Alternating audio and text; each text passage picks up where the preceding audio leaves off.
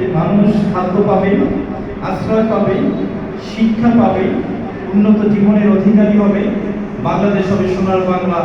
এই হচ্ছে আমার স্বপ্ন। বঙ্গবন্ধু শেখ মুজিবুর রহমানের এই সোনার বাংলা গড়ার প্রত্যয় নিয়ে তারই যোগ্য উত্তরসূরি মাননীয় প্রধানমন্ত্রী শেখ হাসিনার হাত ধরে বাংলাদেশ বদলে গিয়েছে এবং আজকে আমরা আমরা ডেভেলপিং কান্ট্রিতে এসে পরিণত হয়েছি এবং আমরা স্বপ্ন দেখছি আগামী 2041 সালে আমরা উন্নত দেশের কাতারে আমরা সামিল হব। এই যে বদলে যাওয়া বাংলাদেশ, এই বদলে যাওয়া বাংলাদেশে অনেকগুলো সূচকে আমরা কিন্তু এগিয়ে আছি পার্শ্ববর্তী যে কোনো দেশের তুলনায় কিংবা সারা বিশ্বের তুলনায়।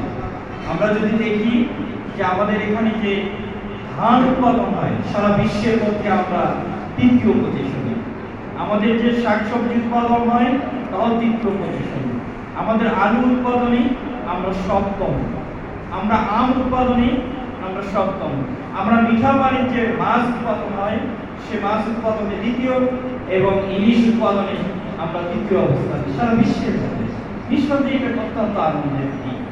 আমরা যদি আমাদের খাদ্য উৎপাদনে অন্যান্য একেবারে মৌলিক খাদ্য, বিশেষ করে ধান, গম, আলু, সেই জায়গাটার উৎপাদন চিত্র দেখি, তাহলে দেখবেন গ্রামে ধীরে ধীরে কিন্তু প্রত্যেকটা খাদ্যদ্রব্যই কিন্তু অনেক বেশি পরিমাণ উৎপাদিত হয়েছে।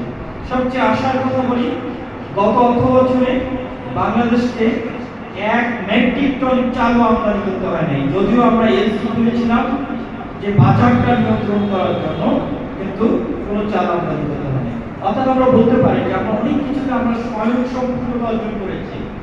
আমরা যদি সেই উৎপাদনের এই যেটাও দেখি, চিত্রটাও দেখি 2008 সাল থেকে 2023 সাল, 2008 সালে যেখানে আপনার আউশ ধান যে পরিমাণ উৎপাদন হয়েছে তার তুলনায় 2022-23 অনেক বেশি। আলু বলি, বোরো ধান বলি, আমন ধান বলি, সব কিছুতেই এই বদলে গেছে বাংলাদেশ।